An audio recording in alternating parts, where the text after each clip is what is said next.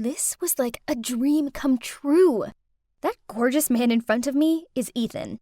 My crush since I was just 14. Back then, Ethan was my dad's business partner. So he'd often come over to our house for dinner. For years, I adored him in secret. But now, at 19, I could finally be honest about my feelings. So, when I ran into him by chance in the grocery store, I felt like it was meant to be. He invited me for a drink in the cafe nearby, and we instantly hit it off. We started dating, and now we're an official couple. There's just one thing that worries me. Ethan is recently divorced and has a 10-year-old daughter, Clarice, who he has full-time. While daydreaming, I couldn't hide away from the thought of being someone's stepmom. Oh my, I didn't want to become a mom yet. Don't worry, Clarice is a cute kid. I just know you two will get along. Clarice gave me a devious smile the moment she saw me. Another fish got hooked. Huh?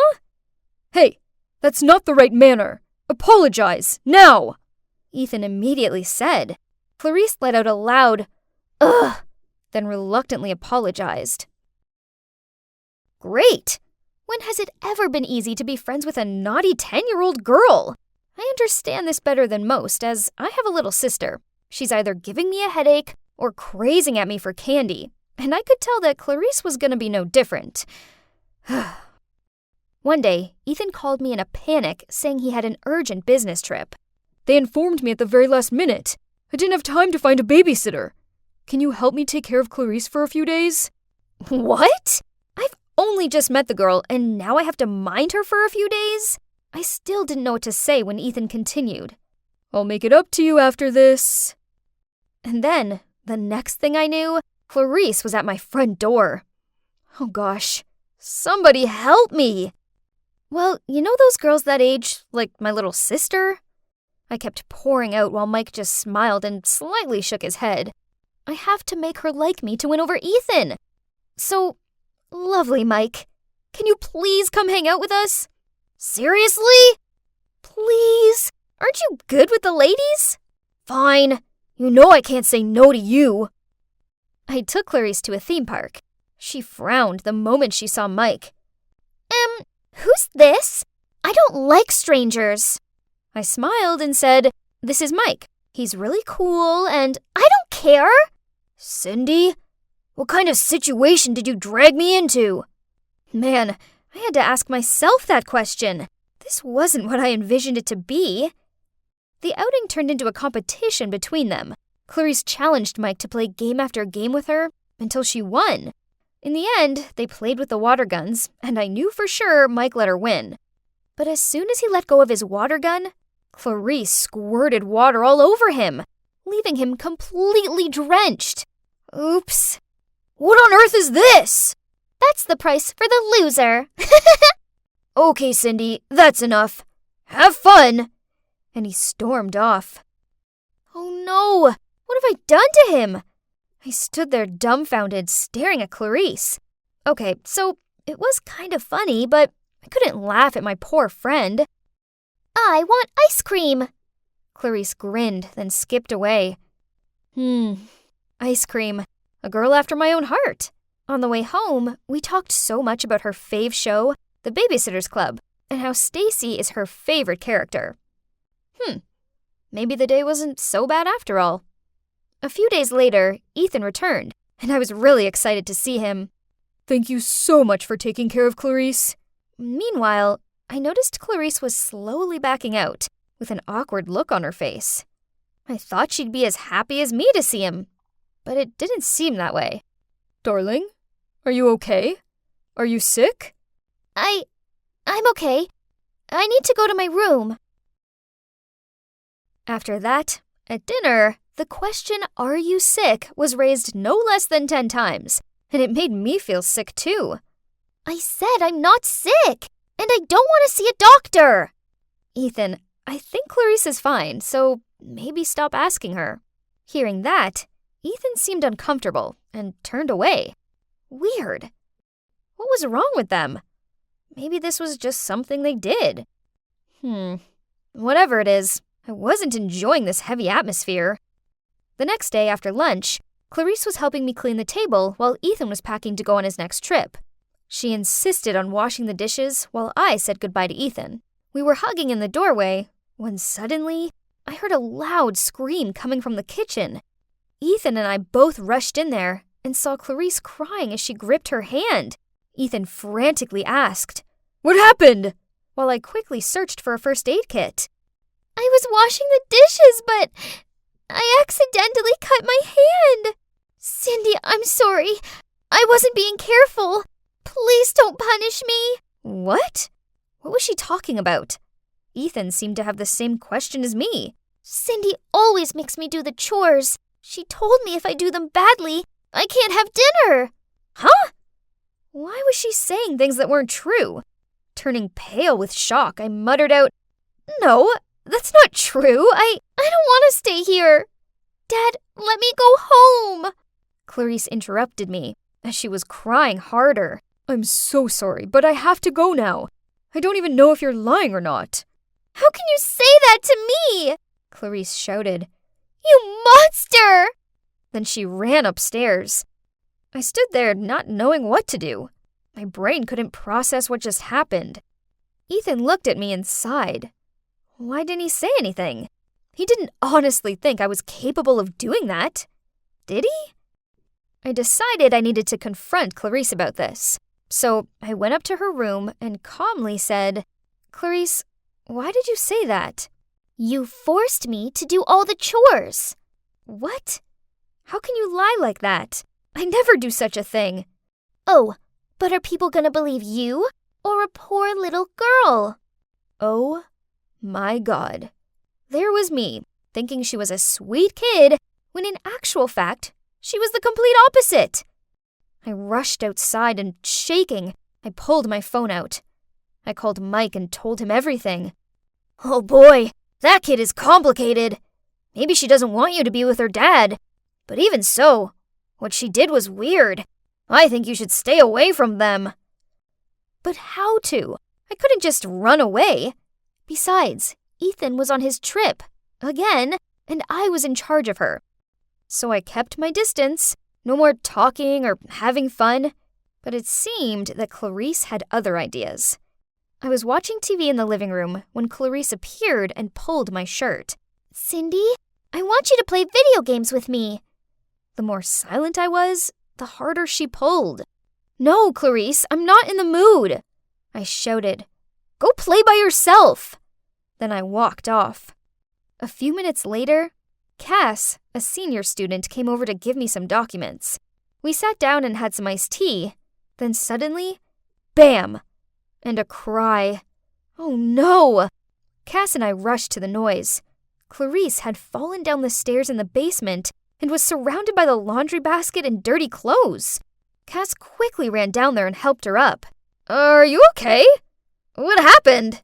Cindy told me to do the laundry in time. The basket was so full, so I slipped. No, no, no! I screamed inside my head when Cass gave me a concerned look. Cass, please, I'll explain later. Can you please leave? Why? I screamed at Clarice's face the moment Cass left. If you don't play with me, you'll be a child abuser. You'll have to go to jail. Ugh, this is driving me crazy. Just a few days ago, she wanted her dad to take her away from here, and now she's blackmailing me for not playing with her? Right at that moment, Ethan called. Hi, Cindy. I just want to check on you two. Is Clarice sick or anything? Ugh, what on earth is this? Am I crazy? Or are these two actually weird? OMG. I need Mike. Now. Please, take me away from here, I said as I opened the door for Mike. Stop! Clarice shouted. You two can't go anywhere. Oh, now you're telling me what not to do? If you go, I'll tell the whole world how badly you've been treating me. You'll both go to jail. So that's your scam? Her smirk disappeared. She turned pale and stuttered. No, it was my dad's. Your dad's scam? Clarice looked flustered as she realized what she had just blurted out. Then she quickly covered it up. Nothing. Mike sat down and looked at her with stern eyes. I stood there, waiting for the answer. My daddy made me! Eventually, Clarice confessed. Turns out, Ethan was a professional scammer who scams young, wealthy girls into giving him money. Worse, he dragged his daughter into his scheme. The plan went like this. He used his handsome looks to flirt with the girls, then Clarice's cuteness to get the girls' empathy. After that, he would go on some last-minute business trip and ask them to take care of Clarice. Meanwhile, Clarice would pretend to be seriously sick. When Ethan arrived back, he would persuade the girls to hand over money for hospital fees, then he and Clarice would disappear out of their lives. At first he told me to do what he said and he'd get me a bike. What about the abusing lie you made up? I asked, still shocked. I made up that excuse so Dad would take me away. I really like you, so I don't want his plan to work. Then why did you continue to act up? Because Cindy was mad at me, and I wanted her to play with me, so I pulled that trick again. Tears streamed down my face. Unbelievable! I voluntarily stepped into his trap right at the beginning. He didn't even have to do much. I felt like such an idiot. After that, we exposed Ethan. Clarice helped us too. Turns out he's bankrupt, which is why his wife left him and why he's no longer my dad's business partner. Ethan was arrested, but Clarice's mom was out of the country, and she refused to return for her daughter. To be honest, I love Clarice, and I didn't want her to live in the orphanage. So I let her live at my place for a while before I told my parents everything. Obviously, my parents have more capacity and power to deal with this. It took a while for Clarice to get over her guilt and settle in, but now we get on better than ever. She's a sweet, cute girl who deserves far better than her parents have given her. Then one day, I came back home from college to find Clarice placing some roses on the dining table, which was already romantically set up with candles and steak. Cindy, you're back! How can you prepare a full dinner like this? Clarice didn't say anything. She just giggled and ran to her room. Someone hugged me from behind. Would you mind being my date tonight? It was Mike. Thinking about it, I guess my perfect man was right under my nose this entire time. So, grinning, I turned around and replied, I thought you'd never ask. When I was in high school, every single one of my friends had someone to date, except for me. Yep, I was the only one who was single, and it really bothered me. I wanted nothing more than to have a boyfriend, but there was no one who was interested in me. I was way too shy to make a move on any of my crushes. So I just pretended to my friends that I preferred being single, and that there were some boys who were chasing me, but that I just wasn't keen. Obviously, I was lying. Now I'm in college, in another city, but we all still keep in touch. Every time we talk, they'd constantly talk about their latest dates, and it made me feel more and more jealous. I wanted a relationship so badly. Finally, my time came. I met a guy at college, and we started dating. Everything was going well, until I found out he'd cheated on me with 3 different girls in one night. I was devastated, but worse than that was the fact that our high school was having a reunion, and I'd told all my friends my boyfriend was coming. They couldn't wait to meet him. But now, he wasn't my boyfriend anymore. I'd well and truly dumped him. There was no way I could turn up alone. So I came up with a brilliant idea. I'd just hire a boyfriend. I quickly did a Google search, and believe it or not, it didn't take long to find an ad from a man in my hometown. Jackpot. This guy called Rob was only $3 an hour. So cheap. I contacted him right away, and he agreed to be my one-night boyfriend the following day. He sounded nice enough, and I figured we could really pull this off. He came to pick me up at my parents' house the next day, and I got the biggest shock of my life. He was old. Old like my parents' age, kinda old. But what could I do? I'd promised my friends I was bringing my boyfriend, and there was no time left for any other options. So this guy would just have to do his job. It was seriously awkward. We had nothing in common, and he kept making all these dorky jokes in the car. I was almost shaking as we walked into the event. And of course, he took my hand and gave me a kiss on the cheek in front of everyone. My friends came running over, and Rob introduced himself as Josh, which was my ex's name. I could see my friends eyeing him up and down, and then Shelley came up to me and whispered that he looked older than her dad. I could feel myself blushing, and then it got worse. My friends were talking about Taylor Swift, and in front of everyone he said, "Who's that? Is she one of your friends?" Then an old song from the 80s came on, and he got up and started doing the most ridiculous dance moves. I was mortified. I tried to run off to the bathroom, but he grabbed my hand and made me dance with him. I couldn't wait to go home. My friends would probably never let me live this down. Eventually, we left, and as soon as we walked away, I heard my friends burst into fits of laughter. He drove me home, and I paid him. I felt so embarrassed and hoped I never had to see him again. But the next day, I got a text message. It was from Rob. He told me that he'd had so much fun and asked me if I wanted to go out again, but this time for free. I couldn't believe it. This old man liked me and wanted to date me? I tried to act as gently as I could and told him I was too busy and wished him a good life. I mean, sure, he was a nice guy, but he was way too old for me. A few months later, Shelley was having her 19th birthday, and it was the event of the year. There was no way I would let my friends laugh at me again. They constantly teased me about my old boyfriend. This time, I was determined to find a young, handsome guy to be my boyfriend. By that point, there were so many ads online for this kind of thing, so it was easy to find someone. Straight away, I was drawn to this guy called Callum. He sent me lots of photos and even asked me if I wanted to video chat. After FaceTiming with him, I felt so lucky. He was almost too good to be true, and it made me worry about his price. But he said to me, "Any price for you, sweetheart." I couldn't stop thinking about him and thought maybe he liked me too. Had I finally met a nice guy my own age? I met him just before the party, and I could tell straight away his appearance didn't let me down. He was even more handsome in real life. And when my friends met him, I could see how jealous they were of me. They practically had heart emojis popping out of their eyes. I just stood there smirking. I'd finally impressed them. But then, while we were dancing, the music suddenly stopped, and from the crowd, one of my friends came over to me, told me she needed to talk to me, then turned to Callum with a smirk. She said she'd met Callum before. I froze. I asked her where she'd met him, and she just winked at me and said that he'd been her rental boyfriend a few months ago. I seriously wanted the ground to swallow me whole. All my friends laughed at how fake I was. Suddenly, Callum stood up for me. He said it was true that he was a rental boyfriend, but that he actually really did love me, and that our relationship was real.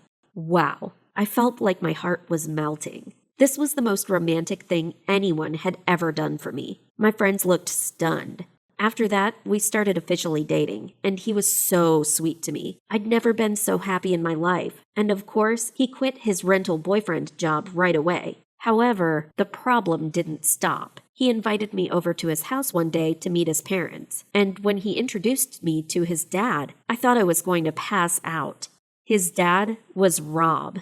We both acted like it was the first time we were meeting each other, but honestly, I couldn't even look in his wife's eyes. I know I did nothing wrong, but the fact that her husband has feelings for me made me feel so guilty. How is it possible that both son and dad had done the same job? This was seriously the most awkward moment of my entire life. Later that night, after I'd gone home, Rob kept calling me, but I didn't answer. What was he trying to tell me? No matter what it was, I didn't care. I didn't want to talk to him. Now I don't know what to do. I love Callum so much and don't want to lose him.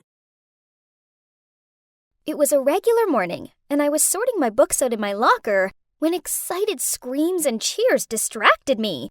Huh? It was way too early for this level of noise. A group of girls was lingering around the bulletin board. I walked over to take a look. Turns out, it was just the latest poster of Hillary, the prettiest girl in school, for her campaign of becoming prom queen. Well, yeah, typical reaction. since Hillary alone is too perfect already. All day, I found myself thinking about the Queen Hillary poster. Oh, I wish I could be as beautiful as she is. I mean, I'm not that ugly, but damn sure I'm not beautiful like her. OMG, look at me. My cheekbones aren't defined enough. My lips aren't pumped enough. My hair is too frizzy. And I literally have to jump on the spot to get myself into my favorite pair of jeans. Ugh, let's face it, I was plain and ordinary, while Hillary, she was oh so beautiful. Mom called me down for dinner, so I sat there glumly twirling my fork around my plate. Mom must have noticed something was up, as frowning she asked me, Sonia, what's wrong? You've barely touched your dinner. I'm not hungry, I sighed out. Anyways, I'm big enough already, and ugly enough. Sweetie, don't be silly. You look lovely. Yeah, right. Mom was only saying that because she felt like she had to. I thanked her for dinner, then went back to my room and scrolled through Hillary's profile. There wasn't one bad picture of her. Not one! She was so flawless, while I was, well, full of flaws. The next day, I was hanging out on the school field with my best friend Sydney and my boyfriend Lucas when Hillary passed by in a stunning dress. Jeez, look how gorgeous she was. Earth to Sonia. Sydney threw a potato chip at me. I turned and gave her a "what was that for" look. She rolled her eyes and continued, "Stop staring at little Miss Popular and pay attention to us. You know, your actual friends. Hello?" Sorry, I sighed. It's just that she looks so pretty in that dress. It's not fair. She doesn't even have to try. Well, on me, it'd look like I was wearing a garbage bag. Stop comparing yourself to her. It's dumb. Yeah, Hillary's Hillary. You are you. And you have your own beauty. I shook my head. Yeah, right. I didn't have any beauty. Instead, I was ordinary, while Hillary was extraordinary. Chemistry was the only class I shared with Hillary, and for that entire 45 minutes, I just couldn't stop staring over at her, transfixed. As the teacher droned on about the periodic table, I daydreamed about how amazing it would be to have hair as glossy, skin as clear as hers. I caught her staring back at me a couple of times, and one time she mouthed, "What?" then rolled her eyes and annoyedly turned away. But still, I couldn't take my eyes off of her. After the lesson, I followed her to her next class, even though it was in a different direction to where I needed to be. I watched on with envy as her boyfriend, Ethan, the captain of the basketball team, looked at her adoringly, and how her pretty friends flocked around her. It must be so awesome to be that perfect. My Hillary obsession continued at home. Each evening, I scrolled through her profile and saved any new pics she'd posted. Then I'd just lay in bed staring at her perfect features and comparing them to my not-so-perfect ones. I even printed out my fave pics of her and framed them on my desk. Then one day, my worst nightmare came true. I was on my way to meet Lucas when I saw him standing in the hallway and talking to Hillary. That's odd. A popular girl like Hillary would never enjoy talking to a normie like him. Oh man, look how Lucas keeps laughing, then giggling. What if Hillary likes him? That kind of girl definitely gets whatever she wants easily. I couldn't watch any more of this, so I sent Sydney an emergency message and rushed off to the bathroom. She found me crying in the cubicle and asked me what was wrong. I told her what had happened and she frowned. Are you insane? Lucas was probably just being polite to her. Geez, he's with you for a reason, so get over this Hillary fixation. It's weird. Why did Sydney have to be so rude? I wanted her support, not her backlash. So I didn't meet up with her after school as planned. Instead, I went straight home and looked through my Hillary photos. I cut out sections of her lips, nose, hair, and stuck them on top of a photo of me. Looking down at it, well, wow, I looked so much better. It was then that I decided I would have a perfect face like her. So clutching the improved photo, I hurried down to my mom and waved it in her face. Look how perfect I'd be if I changed a few things. Please, will you lend me the money to pay for surgery? Please? Mom looked horrified. Sonia, you're only 17, and you're already beautiful. You don't need to put yourself through all this pain and risks to look like someone else. I tried explaining to her that I didn't want to continue my life looking as plain and boring as I did, but she didn't listen at first. It took me a lot of time to talk her through, and let's face it, she also has had a nose job before. So what's the big deal about me getting mine fixed too, along with a few more touch-ups? That summer, I lied to Sydney and Lucas that I was spending the whole holiday with my dad and stepmom. I showed the surgeon a photo of Hillary as an example of the results I wanted. So he narrowed my nose, inserted cheek implants to give me a more defined look, and injected my lips with filler. I woke up after surgery in agony. Oh dear God, it hurts! I couldn't talk, and even crying was painful. Worse still, with all the bandages, I resembled an Egyptian mummy. Then, when the bandages were removed, my face was all swollen and puffy, and I had to do these massages to improve my facial muscles again. Pain is beauty, and beauty is pain, isn't it? Mom wasn't exactly impressed with what I did, as I didn't really tell her I would change my entire face. Still, she spent the summer looking after me, even though I did have to put up with her whining and sometimes even tears. Once healed, all that was left to do was have my hair colored and cut like Hillary's, and change my style to match hers. With my new look complete, I looked at the mirror and smiled. Finally, I was beautiful. I returned to school excited for everyone to see my new look, but as I walked through the hallway, everyone stared and gossiped about me. People I didn't know surrounded me and bombarded me with questions such as, "Which parts did you fix? How much? And did it hurt?" Nobody actually complimented me or anything. Then, as I was sorting out my locker, I heard a cough. I looked up to see Sydney standing there with her arms folded. "So, was it worth it?" I wasn't in the mood for this, so I replied, "You can't say anything nice, can you? This is who I am now. I'm being my true self, and I'm happy." "No, this is you trying to be someone you're not." I slammed my locker shut and stormed off. What kind of person doesn't support her own best friend? My day went from bad to worse when I met Lucas at lunch. He glared at me, then angrily said, Sonia, why? There was nothing wrong with you before, but now you're just a clone of someone else. He went to leave, but I held his arm. "Please, I did this because I want to be more beautiful. For you. I did this for you." Lucas shook his head, then gave a thoughtful sigh. He didn't try to leave after that, but he kept giving me this pitying look. Then, when I was walking to class, a guy ran up behind me and put his arm around my waist. "Hi there, my baby." Startled, I immediately pushed him away. Oh, it was Ethan, Hillary's boyfriend. "What's wrong? But, wait, why does your face look so weird?" I pushed him off me and ran away. OMG! That was horrifying! My heart was still pumping. From then on, people continued to mistake me for Hillary. Then whenever Sydney sat with me, they gossiped about how tragic it was that she was trying to be a cool kid. It made her feel uncomfortable, so she stopped hanging out with me at school. I had to sit by myself and felt so lonely. Then there was Lucas. Whenever I tried so much as hug him, he flinched.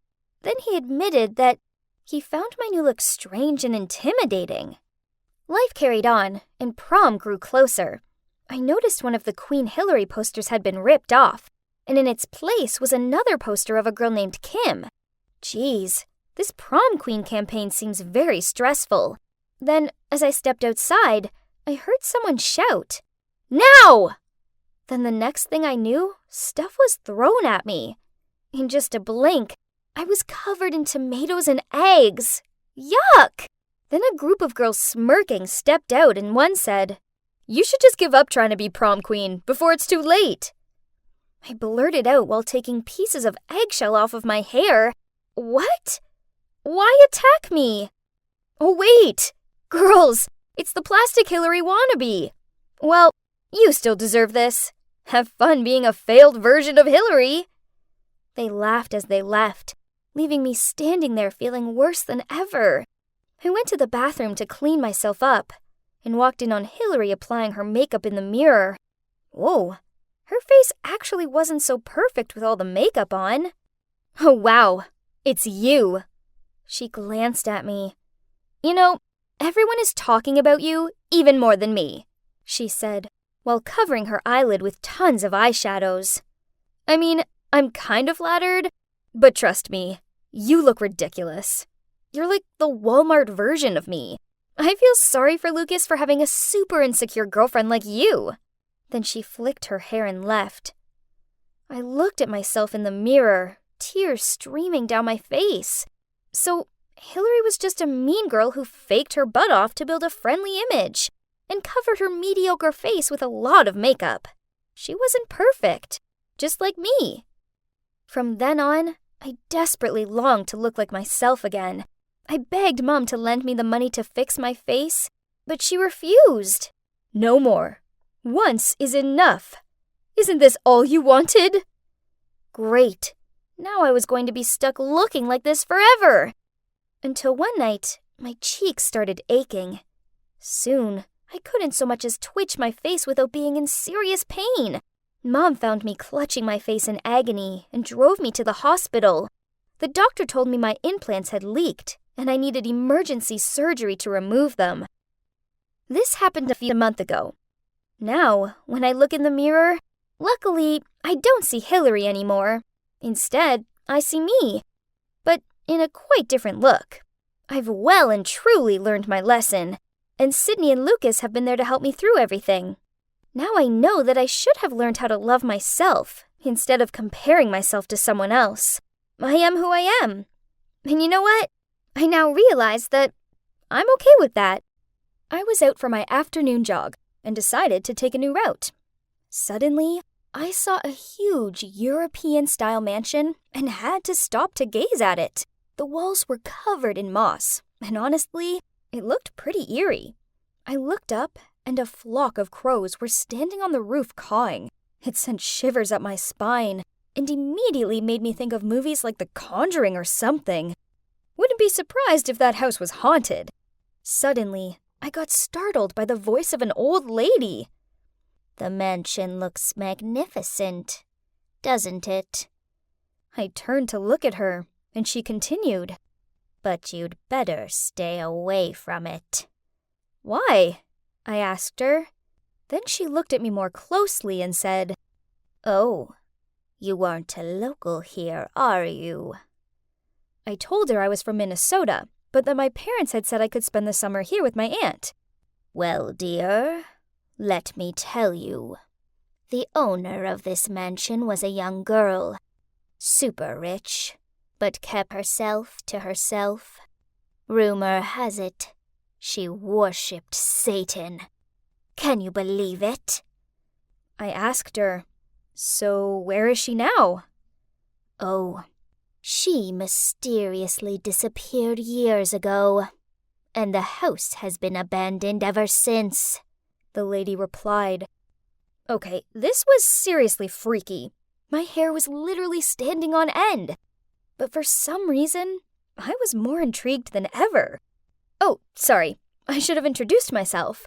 I'm Ellie, a typical high school student, but also an avid detective story blogger. I spend a lot of my time on detective story forums and have always been attracted to weird and mysterious things ever since I was a little kid. Anyway, back to my story. So, one night, my aunt asked me to pop over to the grocery store to get some milk. On my way back, I passed the mansion and instantly got shivers. I looked up and saw a light flickering in a window on the second floor, like a candle or something. But no way. The old lady said the place was abandoned, right? The light kept flickering, and I couldn't stop watching. Suddenly, a shadow of a girl appeared. She was playing the violin, and the gloomy music was wafting through the cracks in the walls. Then, out of nowhere, a crow flew by screaming, "Caw!" I almost leapt out of my skin and ran straight home. How could anyone live in that freaky mansion? Wait a minute, what if I'd just seen the ghost of the owner who disappeared? Oh man, I had to figure this mystery out. I could even turn it into a detective story with a bit of horror thrown in for fun. As I lay there, I came up with the title, Real Life Death Mansion. And then I realized I could even make a YouTube video about it with real photos of the house and maybe even some footage taken inside as I uncover the mystery. Oh, this would be so good! I could barely sleep from excitement, and the next day, I asked my cousin Susan to come along and explore the mansion with me. Hey Susan, want to come check out that creepy mansion with me? OMG, Ellie, are you crazy? You know that place is haunted, right? Like, full of ghosts and everything. Yeah, that's why I asked you to go with me. I shrugged. I would rather make a detour than walk past that house to get home. So what makes you think I would dare to go inside? I tried to convince her it would be fun, but she kept refusing. Oh well, if no one dared to go into that mansion, then I shall be the first. Gathering up my courage, I went there alone. I managed to climb over the rusty iron fence that had almost fallen to pieces in the backyard. Then I noticed a door that was slightly ajar. As I got closer, I realized a satanic symbol was engraved on the door. Creepy! I closed my eyes, held my breath, and gently pushed the door open. The smell that hit me made me feel dizzy. A musty, abandoned kind of smell. I walked into the lounge, and it felt like I just walked into some old castle in France or something. There were cobwebs everywhere, and some massive ones hanging from the chandeliers. I looked around and noticed a portrait of a girl on the wall. She was beautiful, but her eyes looked so sad. Oh my, was this the owner? The one I'd seen playing the violin? I couldn't bear to look at the portrait any longer. It felt like her eyes were piercing my soul. I headed for the stairs and crept up as quietly as possible. I won't lie, I was terrified.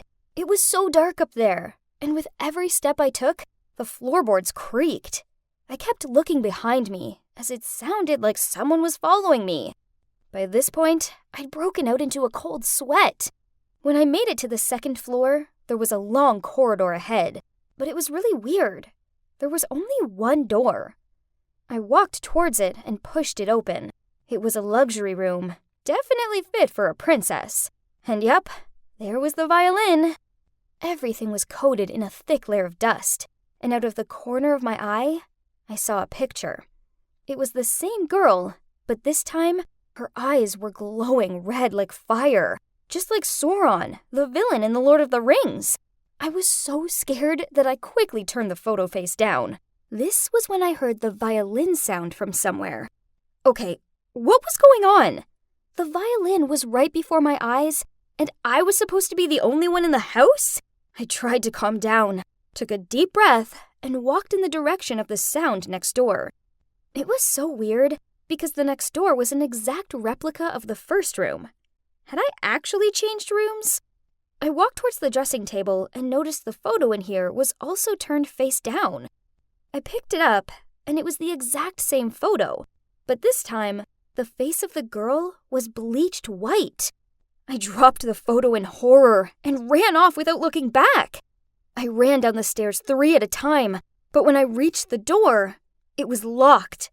I started banging on it, and by then I was hysterically crying. "Help! Help me!" I screamed. Suddenly, someone's hand touched my shoulder. My heart had definitely jumped out of my chest. Ah! I yelled at the top of my lungs, but when I turned around, there was this young guy standing there. A pretty cute one. Who are you? I stuttered. He frowned at me and said, "Who are you? And why are you here?" I could barely speak as I was shaking so much. Then the guy said, "Come on, let's get out of here. You look horrified." Then he took out a key and opened the door. Are you a ghost or something?" I stuttered. He started laughing and said, "Pretty creepy place, right?" I asked him if he saw the photos too, and he said, "Yes, Terrifying. Like something out of a horror movie, I added. Exactly. Perfect setting for a horror movie. I stared in confusion, and he laughed and said, Yup, we're making a movie. I mean, I'm gonna rent this place to make a horror movie. Then he introduced himself as Jack, a young director who was interested in detective and horror movies. He was just checking the place out to see if it was suitable. I couldn't believe it. Wow, this is literally a dream come true. I've been writing detective stories since I could hold a pen, and I've always hoped I'd become a screenwriter on horror and detective movies one day. I'm so honored to meet you. I'm Ellie, by the way. Then Jack replied, The pleasure's all mine. It's a pretty exciting industry to be in. I'd love to read some of your stuff sometime. I couldn't stop grinning. Then suddenly, another person showed up. Jack introduced him as Michael, a member of his film crew. But compared to how friendly Jack was, Mike was serious and intimidating. Jack could tell that I was nervous, so he laughed and said, Michael's been under a lot of stress, so he looks a bit grumpy, right? I just smiled shyly and asked Jack if I could have his number. As I walked home, I couldn't believe how happy I felt. Who knew such a scary adventure would turn into an epic opportunity? I texted Jack right away, saying I would love to learn more about his film, and I had to admit, I might have had a slight crush on him. He was so cute. I kept checking my phone, but he hadn't replied. That was so disappointing. But then, a few days later, he asked me out for coffee. I was so excited, and seriously, we had the best time. He even offered to drive me home. When I got into the car, he told me to close my eyes. Eek! Maybe he was going to kiss me. I was so nervous, but suddenly, something hit my face, and I didn't know anything else. When I woke up, I found myself in some kind of warehouse, with my hands and feet tied, and my mouth taped shut. Oh my God, had I been kidnapped? Where was Jack? Suddenly, I heard a noise outside. I looked through the window and saw Jack and Michael talking to each other. What? Did the two of them plan this? But why? A moment later, Michael left, and Jack came towards me and removed the tape from my mouth. I started screaming, Why are you doing this to me? Then Jack said, Listen, I'm not gonna hurt you, I swear, but there's something I need to tell you. Then he confessed that he was a member of a criminal organization named Iron Gloves. His gang were operating from the mansion, and so everything from the story of the mysterious missing girl, the ghost playing the violin, the eerie photos, were all made up by them. They did it so that no one would dare approach their headquarters. According to the gang's rules, any outsider that entered the mansion would be killed to protect the secrecy of the group. Michael had seen me enter and reported it to the boss. So Jack had been forced to carry out the mission, but he didn't want to do it, so that's why he pretended to kidnap me. Dear good God, this was too much. He asked me to leave right away, but I was worried about him. He said, Don't worry, I've been wanting to leave for a long time, and so I have a plan. Fast forward 2 years, and now I'm a freshman majoring in screenwriting. It's so exciting chasing my passion, but I still think that summer at my aunt's was one of my best yet. Terrifying, but thrilling. Oh, and as for Jack, after we chatted in the warehouse, he let me go, and I quickly packed up all my stuff at my aunt's and flew home. A few weeks later, I saw an article that said he'd turned himself in, and that the police had caught the Iron Gloves gang. Now, Jack's in prison, but will soon be free. I have a feeling that deep down, he's a good guy, and I hope that I'll have the chance to meet him again and get to know the real him better. Who knows? His real-life experience might help me write one hell of an awesome story, too. I entered the apartment to see 4 sets of eyes gawping at me. Hang on, I know Ned and Philip from my math class, and the girl currently giving me a snooty look while twirling her hair around her finger was Jessica. Well, I didn't actually know her, but her wealthy and snobbish reputation preceded her. Then lastly was that emo kid. What was his name again? Deciding to break the uncomfortable silence, I said, "Oh, hey, so guess you guys are also in detention?" No one replied, though they surely heard me. Whoa, okay. This atmosphere was tense, and I thought I'd always been the awkward one. Honestly, I don't even know why I'm being made to do this weird detention. All I did was accidentally and poorly throw the dodgeball in the gym teacher's face. Then, when I was about to apologize, my tongue slipped. But, aren't you supposed to be the toughest since you're the gym teacher? I mumbled. Naturally, she was livid, so I ended up in the principal's office, and he handed me a piece of paper with an apartment address on it and said, "Go here for your detention. You'll stay here until you've learned your lesson." Huh? What type of unspecific instructions were those? Before I could ask him any more, he shooed me out of his office. Now, here I am in this random apartment with these untalkative kids. As I looked at them, I couldn't help but wonder what they'd done to end up here, especially when Ned was an excellent student. Did he make the wrong move in the chess club or something? We continued the whole staring at each other in silence routine.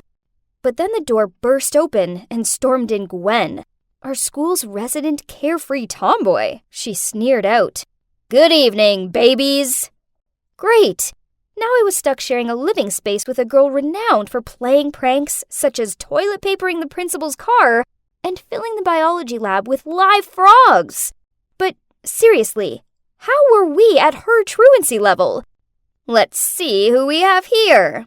Gwen rubbed her hands as she walked around and stared at us. Princess Jessica? Oof, how come? She raised an eyebrow and grinned sarcastically. Just sit down and shut up. Gwen gave him a dirty look. This isn't basketball. You're not the captain here, jock. Then she squared up to him. Ned turned pale. Jessica rolled her eyes, and the emo boy, well, he was busy sketching something and clearly chose to ignore our existence. We'd only been here for less than an hour, and the last thing we needed was a fist fight, so I stepped in between them. Pulling a wry face, Gwen said, "What's this? Little Miss Friendly?" Look, we're all stuck here and we don't know for how long, so let's at least try to be civil. Let's try talking it out. So, I'm Ashley, and I'm here because of a misunderstanding with a gym teacher and a dodgeball. Geez, nobody cares. I can't believe I have to be here with these people. Jessica stood up and left. Pff, I'm with Miss Popular on this one. Ned sneered before he also left. And the emo boy, too. Then Gwen rasped and disappeared. There was only Philip and me left in the room. He was meant to be handsome and stuff, but looking at him now, I didn't think so. Ugh, this awkward silence was insufferable. This was just like that movie, The Breakfast Club, but much worse, and in much longer time. Who on earth had to pack clothes for detention? I had no idea how long I had to stay here for. So I decided to go to bed. I walked into the girls' room to see that both of the beds next to the window were already occupied. Bummer, they'd taken the best spots. I reluctantly got into the only bed left and hoped that tomorrow wouldn't suck as much as today had. The next morning, I woke up to yelling. Huh? I rubbed my eyes and yawned. It was still far too early. I went out into the corridor to see what was going on and saw Jessica and Ned arguing over the apartment's only bathroom. Jessica wanted to apply her makeup while Ned really needed to go. Then Philip watched on and butted in on occasion to say something dumb. Why don't you use some of your nerdy mathematics to solve your problem? The only reason you need to spend so long applying makeup is because you're ugly. Ooh, burn! Philip laughed. Suddenly, the bathroom door slammed shut. They rushed over to it and tried opening it to no avail. 10 minutes later, the emo kid stepped out. Jessica screamed at him. How dare you! My personal stuff is still in there. I watched on, wide-eyed. OMG, these people were ridiculous. How was I meant to live with them? In the end, we eventually came to an agreement about the bathroom's rule. It was first come, first serve, but each of us could only have the throne for a max 15 minutes. Being in such a small space with people I barely knew was always going to be problematic, but not having our phones as a distraction made it so much harder. We had one TV, but there's only one lousy channel on it. No one cleaned up, no one seemed to get along. Ugh, seriously? When will this end? All of the constant dirt and arguing was driving me nuts. But then the final straw was this one time when I was washing my face, the cleansing foam accidentally got into my eyes to wipe it out. But to my horror, when I opened my eyes, so I quickly reached for a towel, I saw myself holding someone's sock instead. Yuck! After that, I gathered everyone and threw the sock onto the floor and said, "We need to sort out order, as I can't live like this anymore. It's gross." Jessica snorted.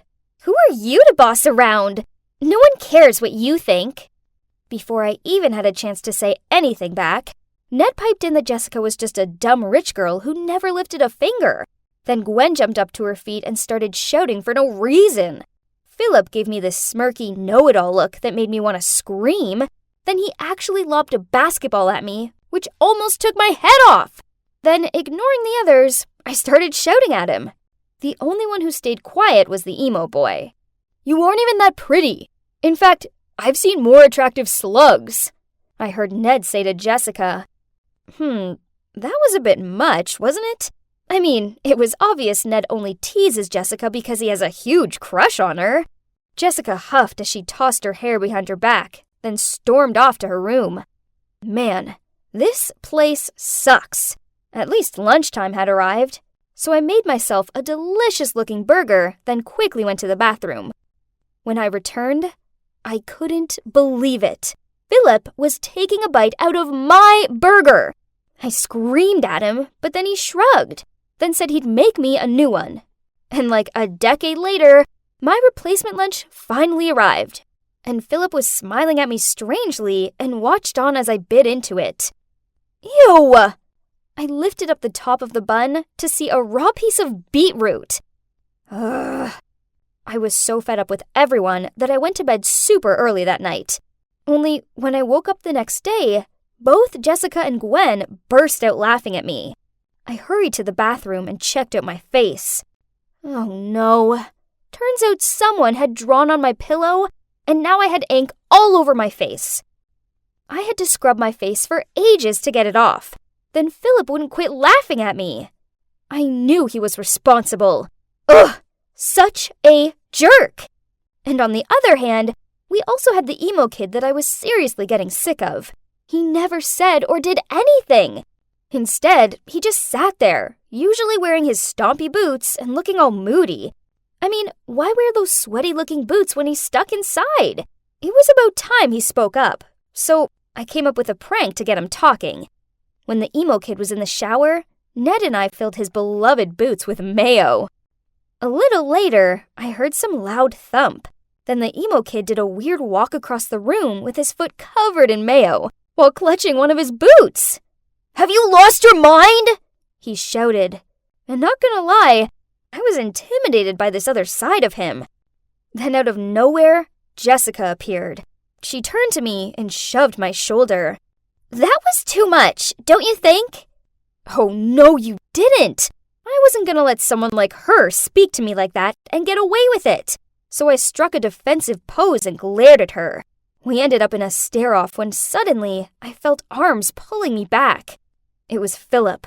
I tried flailing free of his grip, which caused him to lose his balance, and he accidentally elbowed Gwen. "Oh, you're done, Jock!" Soon, Jessica and I were pulling each other's hair, and Gwen and Philip were shoving each other. It was mayhem. "Stop! All of you!" It was the emo kid. He glared at us with rage. "You're acting like immature brats!" Well, that was unexpected, but I guess it worked, as a few seconds later, we started cleaning up the mess we'd made. We knew something needed to change, so at dinner, we all sat around the table and tried to sort things out. The others were all staring down at their food and not talking, so I decided to go first. "So, I'm here because I don't always react well to certain situations. I don't know. I guess I find it hard to make friends. I trailed off. Then Ned spoke up. The only word my mom seems to know nowadays is study, study, study. I feel like all I am to her is a grade. So when I got a B in English Lit, I ripped it up in front of the teacher. That's the story. Jessica flicked back her hair, then said, "Try having all the money you could ever want, but the most neglectful parents ever. I bet they still haven't noticed that I've been stuck here with you losers for days now, just because I told some girl her skirt was hideous. I was doing her a favor. Poof." Then Philip blurted out, "My father wanted me to be strong and manly just like him. I don't want to be like him, but I'm worried I will be, and that I won't be able to do anything about it. So I skipped basketball practice, got into an argument with coach and my dad, and now I'm in the weirdest detention ever." Gwen sneered. "Least your dad's around. Mine does month-long disappearing acts. And my mom's dead. Oh, and I'm here because I put paint in some clown's locker. Serves them right for bad-mouthing me." Her words were followed by an intense silence. Awkward. But I felt like I understood everyone a little better now. Oh, but hang on. The emo kid hadn't said anything. "Hey, you." I looked at him. "So, what's your story?" He shrugged, and I didn't think he was going to talk, but then in a quiet voice he said, "I'm Stan. I never knew my dad. My mom isn't around, so I live with my grandparents. I'm here because I ignored the principal, but only 'cause I had earphones in." "Oh," I muttered out. "Look, I'm sorry about your boots. I'll help you clean them if you like." Stan nodded. Jessica was right. I had been a bit harsh on him. Then Ned gave this awkward smile and said, Jessica, I know I've been a jerk to you, but it's only because I like you." Jessica didn't do so much as flinch. She still kept studying her nails. Probably because having boys smitten over her was already a part of her daily routine. "Well, I might like someone too." Phil stretched his arms behind his chair. "I guess I like winding her up." He looked directly at me. I felt myself blushing, and I had this weird fluttering feeling in my stomach. But why? My heart started racing. Now what was I meant to do? It's me again, Ashley. And yep, you guessed it. I was still stuck in this apartment with these annoying kids. That was definitely the weirdest detention ever. None of us had any idea how long we'd be stuck here. Oh well, at least we weren't starving, as every 3 days a giant bag full of groceries would appear inside the doorway, since we couldn't get out of there. Things had become a little less awkward since the day we'd sat down and opened up to each other. Although Ned had switched from being a jerk towards Jessica to following her around the place like a lovesick puppy. Take this morning, for instance. He held a slice of toast out to her, which he'd cut into the shape of a heart. She rolled her eyes as she pushed the plate away. "Poof! Get real, nerd! I don't like you." He took a bite of the toast, then in between chewing said, "You'll soon change your mind. I'm Sin 2X and you're Coast 2X. So together, we're one." I had to admit, watching Ned try and fail to win Jessica's heart was amusing. But unfortunately, I had my own guy-shaped issue to deal with. Philip. He wasn't winding me up anymore. Instead, he was being nice to me. He even lent me his hoodie after I spilled jam on mine. This nice version of him would take some getting used to. Now we just needed Gwen and Stan to become a couple, and things would be even more interesting. But they barely look at each other. Lucky them, as Philip was really starting to bug me. Can you believe that he actually sprayed my favorite t-shirt with his aftershave? It stank and made me sneeze. Achoo! So I stormed into the living room where he was telling some lame joke to Ned, chucked my t-shirt at him, then yelled, "Stop being weird! It's too much!" He just gave me this soppy grin and replied, "It's so I'm always on your mind." Ugh, I wasn't in the mood for this, so I returned to my room and sulked there for the rest of the day. Ugh, this apartment was too crazy. I just wanted to go home. My stomach started to rumble, so I reluctantly left the room to grab a snack. What? Jessica was spoon-feeding Philip cereal! Ned was sulking in the corner of the room, and Gwen was mimicking Jessica's actions with Stan, who now had mushed up cereal all over his face. Jeez, Philip thought he was so handsome that he could get any girl he wanted. Well, he sure moved on fast. Fine, I'd show him. I squeezed in between Gwen and Stan and touched his hair. Your hair, Stan. I've never known it is so glossy. I put my hand on my chin and looked at him with adoring eyes. And in my cutest voice, I asked him, "Would you like me to make you some French toast?" Stan gave me this petrified look and tried squirming away from me. Then Philip and Jessica walked over, and he frowned at me. "Come on, Ash. You and the emo? Really?" Gwen snorted. "Oh yeah, it's better than a pretty doll and a jock. Oh wait, actually, you two are perfect for each other." Stan quietly laughed to himself, then muttered out, "Right, dumb people should be together." Suddenly, Jessica burst into tears. What? Why was she crying? Everyone fell silent and looked at her. "Come on, Jess, he was only kidding." I awkwardly patted her back. Then she blurted out, I've always had a thing for Stan, okay?" "Huh?" Well, none of us were expecting that. Poor Stan looked like he was gonna faint with shock. Jessica must have been burying these feelings deep down for so long. She was the most popular girl with a reputation to live up to, after all. Through sobs, Jessica looked at Stan and continued, "I knew us being here together was my chance to see if you like me. So I agreed to Philip's deal to see if you're jealous." Tears streamed down her face. "But you just think I'm some dumb, pretty doll."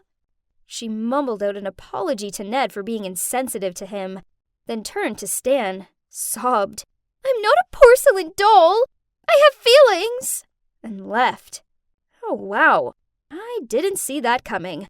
I guess I feel kinda bad for her, and also guilty. But hold up. Philip's deal? Oh, so he pulled that out to make me jealous too? That night, we had another meeting. Yawn. This one was as dull as it sounds. Well, until we started discussing the meaning behind this detention. Hey, since when did detentions go on for this long? It's been 2 weeks already. Ned looked concerned. We all agreed. We'd learned how to live in some sort of harmony together, but still, we need to go outside. Also, my family would be worrying, right? There's two, I hope. Then the next morning, Philip was trying to de-jam the air vent in the kitchen when he waved us all over. He pointed up at something small with a tiny red light on it. Ned and he took it down. It was a camera. "It could be a security camera," Jessica said. "My house also has a few inside, in case of intruders or something." Gwen sneered. Duh, your house is a freaking mansion. Here, there's no need for a security cam. We decided to spread out and look for more cameras. In total, we found 5, all hidden around the place, including in a plant pot and fixed to a picture frame. It was freaky to think there could be more scattered around the place. Ugh. We gathered in the living room to discuss what to do about this, when suddenly the front door opened and in walked the principal and some other man I'd never seen before. Huh? Who was he? Did this mean we could finally go home? The other man started talking. Hi, everyone. I'm Kevin, and you are the participants in my exciting reality show. Your principal here put you all forward for this, as I wanted kids with 6 varying personalities. Gwen stood up and shouted, What? Is this for real? I added, There's no way my parents would have agreed to this. They did, the principal grinned. They signed the documents. They all think you are at training camp. Kevin added, Keep up the good work, guys. The viewers are loving all this drama and attitude. Jessica screamed out, You can't do this! It isn't right! We'll keep you here for some more time to see how this project goes. Don't worry, you'll all get scholarships after this. That is, as long as you cooperate. We watched as they took away the cameras we'd found. And, yep, you guessed it, they locked the door behind them. Then we gathered in the spot in the kitchen, which didn't have any cameras in it, and whispered about what we should do next. Ned suggested, "I've done my calculations, and if we join all our clothes together, we can climb down from the window." We were about 4 floors up, so guess this was possible. Under Ned's instruction, we all wet our clothes before we joined them, as apparently this would make them less likely to tear. "I'll go," Philip added. "I mean, I'm way stronger than the rest of you, and I'm the fastest, so I'll reach the cop station in record time, report those jerks, then send help." So the plan was set, and we all clung onto the end of the clothes rope as Phil climbed down it. It was kinda impressive watching him abseil down the building, and he was like a real-life Spider-Man. When he reached the bottom, we hid the clothes rope in the wardrobe and slid a piece of paper under the apartment door so Philip could find our room again. Now it was a waiting game. We all tried to carry on as normal, as we were aware of the hidden cameras. Suddenly, the door barged open, and in walked the principal, Kevin, and 4 massive dudes. "Oh no!" Jessica frightenedly whispered. Those men instantly started collecting our stuff. When one of them picked up Gwen's hat, she charged at him. "Get off of my stuff, creep!" The man grabbed her around the waist with one arm and pulled her across the room. She thrashed, kicked, and screamed. She might have been big, but she's still a teenage girl, so she was no match for him. Jessica, Ned, and I all clustered together, not knowing what to do. Only Stan seemed to keep his quiet and calm. With a grin on his face, Kevin shouted, "Well, that wasn't very clever now, was it? So we're moving you somewhere new before you're discovered." Right at that moment, Philip ran into her room, followed by some cops. "There they are! It's them! They locked us up in here!"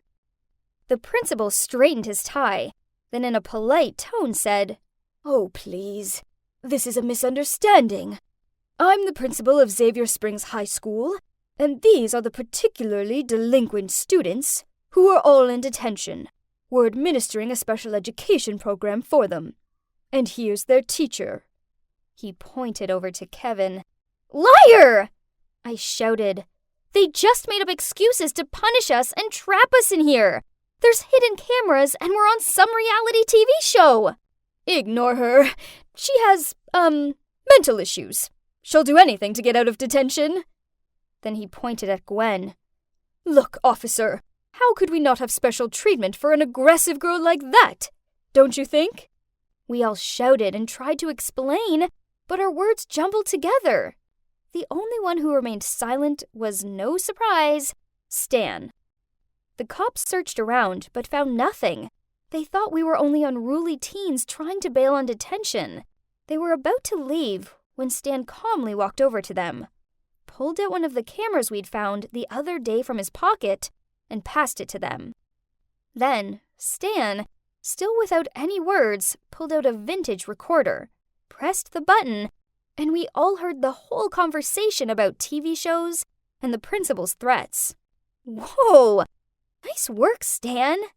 The cops instantly arrested them, and we were taken back to our families, who all sobbed with joy on our return. So, what came next? Well, my high school got a new principal, and this one hasn't given me detention. Yet. The former principal and Kevin and his whole crew are in serious trouble with the cops. Looks like they might end up in jail. As for the 6 of us, well, we formed an unbreakable friendship. Philip got a sports scholarship, and I'm super proud of him. He also told his dad how he was feeling, and they sorted things out. Ned finally stood up for himself to his parents, and now they're trying to be more understanding. He also has a girlfriend, and just won first prize of the state in physics. The nerd. Jessica and Stan are an official couple, and they don't care what other people think of them. They're actually super cute together. But shush! Don't tell them I said that. Gwen decided to leave this town and go study at an all-girls boarding school. She just started dating a girl there named Claire. She sounds really happy. We're all glad to hear. So, I guess Miss Tough Cookie has a soft side after all. And me? Well, I went from a lonely and awkward girl to having 5 unlikely best friends and a wonderful boyfriend. Yep, I'm now with Philip. Guess being in detention wasn't so bad after all. Cheers! Ma'am, sorry to inform you of this, but according to our information, Bella Hiddleston was reported dead 2 months ago after disappearing in the forest, the secretary said. What? This couldn't be happening. But that's my name, and I'm clearly still alive. This was some sick mistake. I asked them to check again, but they kept saying the same thing. Had I been missing for so long that my family actually thought I'd died? The accident had been pretty crazy, so I was feeling confused. I mean, what had I been doing in a forest in Cambodia in the first place? I tried so hard to remember, but I couldn't recall anything. Luckily, some local villagers had found me in a trapping pit and helped me recover. Otherwise, I would have died. I then asked the people in the embassy to help me call my husband and sister. There had clearly been a big misunderstanding, and I wanted to fix this right away. God, the weight was killing me. The secretary tried, but she said, "Sorry, ma'am, we can't reach either of those numbers." This was unbelievable. I was stuck in a foreign country with no ID, no contact with relatives, and I'd been reported dead. But in a flash, I realized that I could borrow someone's phone to reach for my acquaintances via social media. So as soon as the secretary lended me hers, I went straight to my husband's profile. But I was so stunned, I almost dropped the phone when I saw his latest update. He'd just made an announcement that my funeral was taking place the following week. OMG! What was happening? How could this be real? I kept scrolling down his profile and saw my sister had posted an old selfie with him saying, "Ronnie, I know this is a tough time, but I'm always here for you. We'll get through this together." Hang on, what did she mean? Firstly, I wasn't actually dead. Hello? But also, I know my sister used to have feelings for Ronnie. Did she assume that she could just be with him now that she thought I was dead? What a traitor! We were so close. Surely she wouldn't treat me like this. I had to get home and sort this out once and for all. I asked the embassy to help me fly home without informing my family in advance. I wanted to surprise them. Believe it or not, the day I was due to arrive home was the day of my funeral. What a coincidence, right? I went directly to the funeral venue, in disguise, of course. I wore a huge black hat and sunglasses to hide my face and sat way at the back so no one would notice me. There were so many people there. My family, friends, and even my business partners. It was so bizarre. And then I saw Ronnie. He looked exhausted. I just wanted to run up to him and scream, "I'm alive! You can be happy again!" But then my sister Kylie appeared and took his arm and whispered something in his ear. I froze. They looked close, too close for comfort.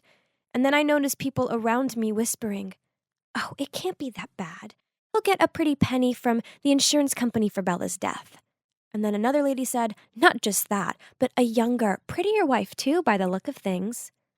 I wanted to puke. Ronnie and Kylie were hugging each other now. All of this made me feel like my whole existence was meaningless. Nobody here really cared about me. I couldn't watch my sister and husband for a second longer. I ran out into the street and kept walking until I couldn't walk anymore. Then I found a motel to stay at. The next morning, I snuck home after my husband went to work. I needed to pick up some of my stuff and get some money. It was so weird being home. Everything looked the same, but I noticed none of my stuff was lying around anymore. Then I spotted it. A big box in the corner. I ran over to open it, and inside was all my belongings. I was shaking as I picked up the wedding photo that used to be on our nightstand. I mean, I was barely fresh in the grave, and already Ronnie had boxed me up. It was almost like he couldn't wait to kick me out of his life. Ouch! I wanted to get out of there, so I quickly went to our bedroom to get some cash and clothes. That's when I discovered a shocking secret that made me fall onto the floor. As I was taking my clothes out of my cupboard, a strange piece of paper fell out. And guess what? The first line caught my eye was Bella's death plan. It was a sketch showing the path leading to a waterfall and made up evidence along the way. OMG! This was it! I knew that waterfall. It was pretty close to where I had the accident. So, had Ronnie planned this? Was he sick in the head? What had I ever done to him to deserve this? I had to run out of there to clear my head, but something caught my eye at the newsstand. It was Kylie, on the front of the newspaper in an article about how she was going to be running the company in place of our grandfather. There was a photo of Kylie and Ronnie at the inauguration, and look how happy they were. They didn't seem to be upset about my death at all. I wanted to rip the paper up. But wait, why would my grandfather give up his position? He had never mentioned it. He loved his job. This didn't sound right, so I quickly took a taxi to his place to find out what was going on. When I got there, I was so shocked. My heart sank upon seeing him hooked up to medical equipment. Turns out that after he'd heard the news about my death, he'd had a heart attack. When he spotted me by the door, he was so stunned he almost fell off his bed.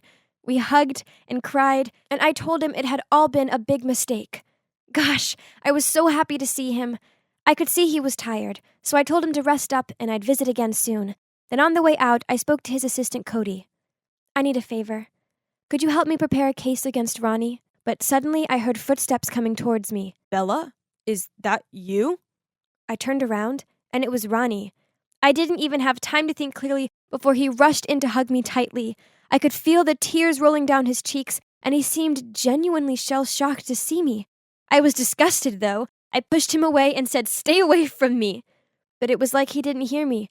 He just said, "These have been some of the worst months of my life. I can barely sleep or eat. I can't believe you're alive." Liar!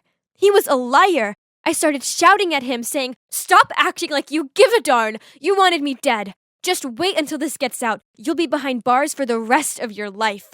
Then I took the sketch out of my bag and threw it at him. Ronnie swore he'd never seen it before, but I didn't believe it. If it's not his, then was he trying to say it was mine, or what? Ha! Hilarious. Suddenly, Cody interrupted our argument and said, "Calm down, please. Actually, I think the one who has been acting a bit shady recently is Kylie." Then Cody told us how, according to our grandfather's will, his inheritance would be split equally between me and Kylie. However, I was to be the one in charge of the company. Kylie had found out about this and had a big argument with our grandfather, and then not long after my accident, his health had deteriorated. Instead of letting him mourn my death, Kylie had insisted he transfer the business to her name so she could take care of it all. Then Ronnie said, "Bella, it was Kylie who set up our trip. Then you suddenly disappeared. I searched for you in Cambodia for weeks, but Kylie persuaded me to come home because your grandfather was so ill. Then the police canceled the case, and Kylie kept telling me to file your death certificate. I shouldn't have listened to her. I'm so sorry." "Stop blaming other people for your problem," I growled at Ronnie, but inside my heart, I felt like I couldn't breathe. Why would my sister do this? And then I heard Kylie's voice, and to prove it all, Ronnie told me and Cody to hide. And then he went towards her and said, "Kylie, about Bella's death." Before Ronnie could finish his sentence, she gave him a big smile and put her arm through his. "Well, now that her funeral is over, nothing is stopping us from being together, right?" Ronnie forced a smile. Then Kylie laughed and said, "Oh, come on. Don't be sad. My jealous sister didn't deserve you. You know what? She actually had this whole plan to test your loyalty, but then she ended up getting a taste of her own medicine." At that moment, my head started to hurt, and suddenly some of my old memories came flooding back. The sketch. It was mine. I was the one who'd made the plan. It all started when Kylie had told me that Ronnie was cheating on me, and I'd believed her and followed her advice to fake my own disappearance to test his love for me. How could I have been so stupid? When I realized I was alone in that forest and she wasn't coming back, I panicked and fell into a trapping pit, hurting my legs and getting stuck. It was all coming back to me now. I couldn't handle this. I ran towards her and painfully screamed, "How could you do this to me, Kylie?" At first, she was shocked to see me, but then she just smirked and said, "Are you still alive? Well, either way, it's too late. The company is mine now. Oh, and so is Ronnie, baby." Then she just rolled her eyes and said, "You were just the adopted child, so what makes you think you have the right to always steal everything from me?" At that moment, our grandfather appeared and slammed his cane on the ground. "Kylie, stop it." Kylie just sulked and said, "Honestly, why would you give her the whole company?" Then our grandfather said, "Look at yourself, Kylie. Are you really fit to be running a company? Sort yourself out. You are a disappointment to this family with your dirty, nasty tricks." I couldn't believe Kylie was still using the adopted thing to hurt me. So what if I was adopted? That didn't mean I wasn't a part of this family. She'd always been so jealous of me, even though I hadn't done anything. Kylie started crying and ran out of there saying she was sick of never being anyone's favorite. Well, maybe if she hadn't left me to die, people would like her more. I was so shocked that she'd done this to me, and all because of jealousy. I won't lie. It took me so long to work through this.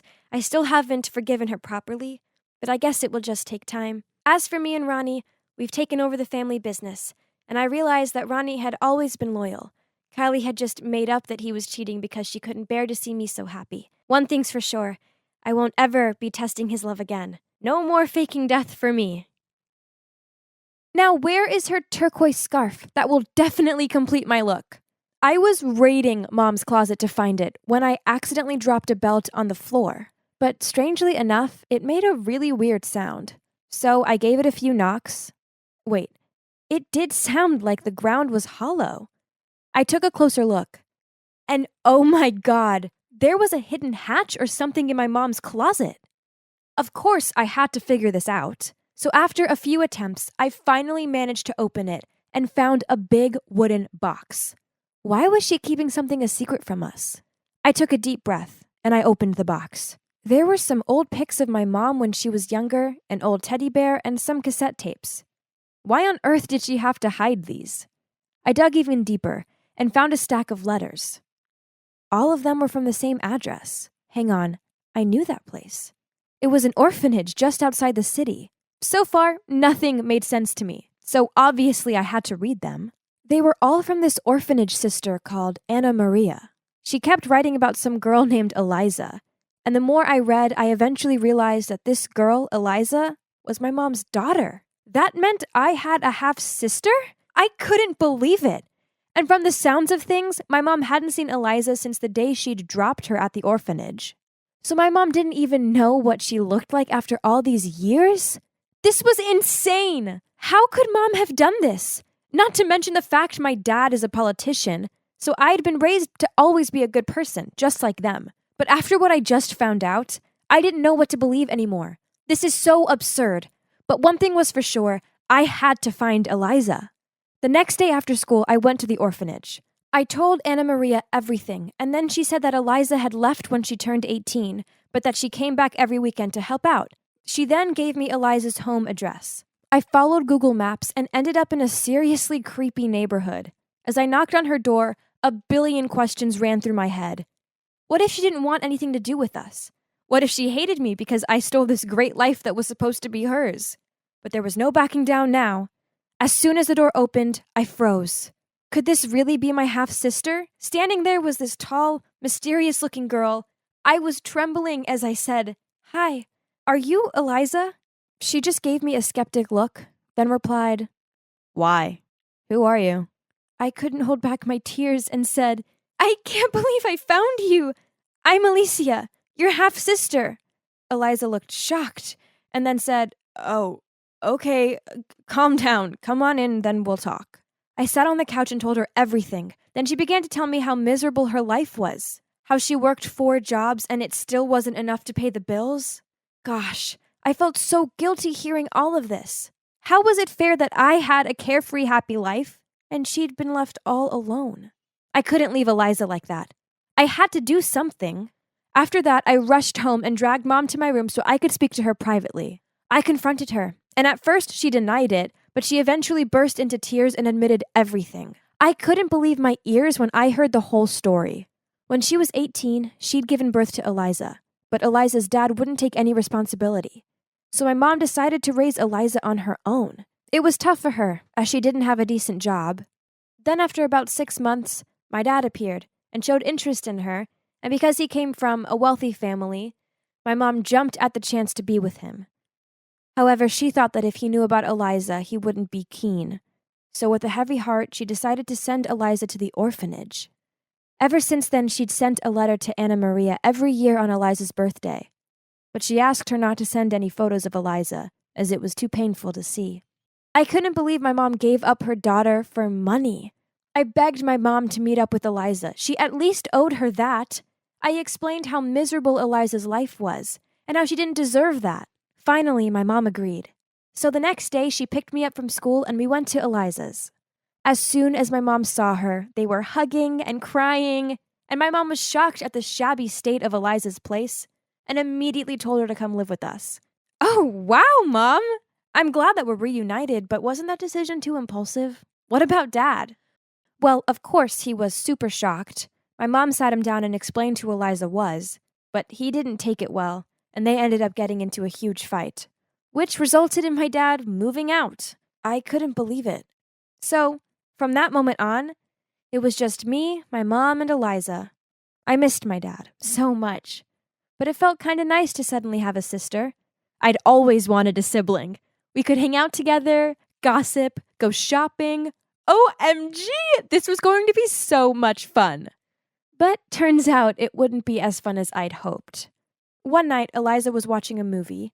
I sat down next to her and said, "Oh man, I love this movie, but I can't stand the female lead. Her voice is so annoying."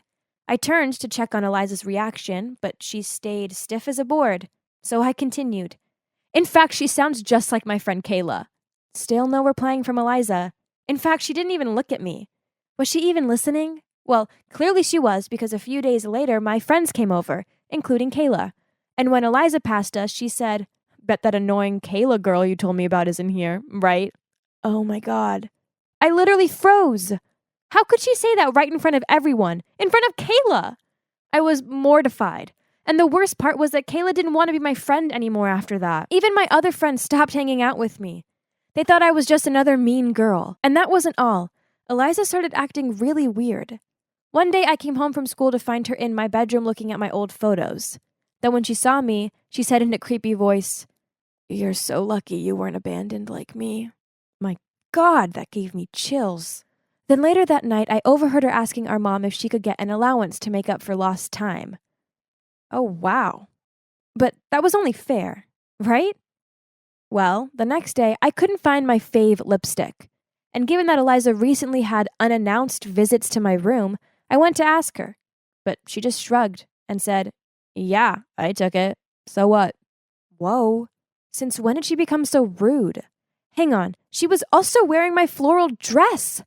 That was it. I'd had enough. I went straight to my mom and told her what Eliza had done. I expected my mom to be on my side, but she wasn't. She told me to be more understanding as Eliza wasn't used to being around other people, so she needed some time to adapt. That's ridiculous. And then it got even worse. She started to target my dad. "You should divorce him. The way he just left you like that, what an awful husband," she told my mom when the two of them were preparing dinner. "You could claim ownership of everything. You just need to prove that he's cheating on you, or that he's corrupt or something. I mean, he's a politician, so I'm sure he's doing at least one of those things." I honestly couldn't believe what I was hearing. I stormed into the room and started shouting at Eliza to stop trash-talking my dad. Then I turned to Mom. "Don't listen to her poisoned lies." But Mom just sighed and replied, "Eliza isn't entirely wrong. Your dad did just leave us, and he hasn't even called. Clearly, he's having an affair." OMG, that snake was brainwashing my mom. A few days later, I saw an article that my dad was charged for corruption. How was that even possible? My dad is a good man. There must be a misunderstanding or something. Could it be something to do with Eliza? "It was you, wasn't it? You accused my dad of corruption." I stormed in and screamed at Eliza. My mom was shocked and said, "Alicia, what are you talking about?" So I told my mom that Eliza must have planned this, and my mom said, "Don't be absurd. She has nothing to gain from that. Stop speaking nonsense and apologize to Eliza." Mom, I think I know what this is about. Alicia hates me, so she's starting to make up lies about me. In fact, you should be careful that she isn't a pathological liar or something. Or maybe even worse, she could have a mental disorder. My mom then said, "You're right, sweetie. Alicia, you need help. I'm going to make a hospital appointment for you." What? Was she serious? I tried to convince her that I was fine, but she wouldn't listen. I then turned to Eliza. "You won't get away with this." The next day, my mom tried to get me to go to the hospital, but I locked my bedroom door and refused to leave. But it didn't take long for her to find the spare key, and this time she came back with some dudes next door to help hold me down. I tried my best to break free, but it was hopeless. At that exact moment, I heard my dad's voice. "Let her go." I looked up and saw my dad was with a woman. My mom looked horrified and said, "How dare you bring your mistress into our home?" But my dad said, "It's not what it looks like, honey. This is Eliza, the real Eliza. That woman over there is an imposter. Her real name is Kim." OMG!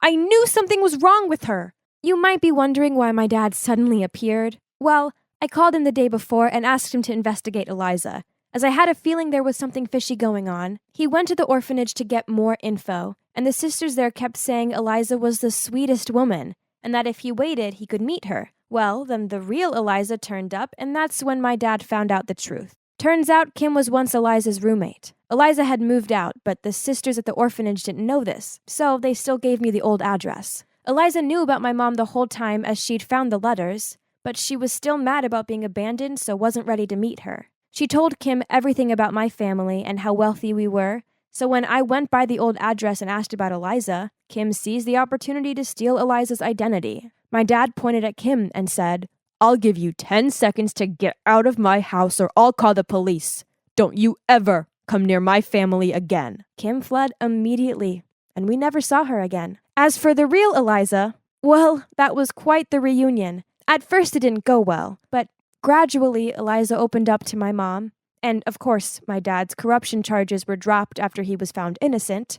He also forgave my mom and moved back in. Eliza visits us often, and I have to say, it's exactly what I hoped having a big sister would feel like. I'm so glad we're all reunited now.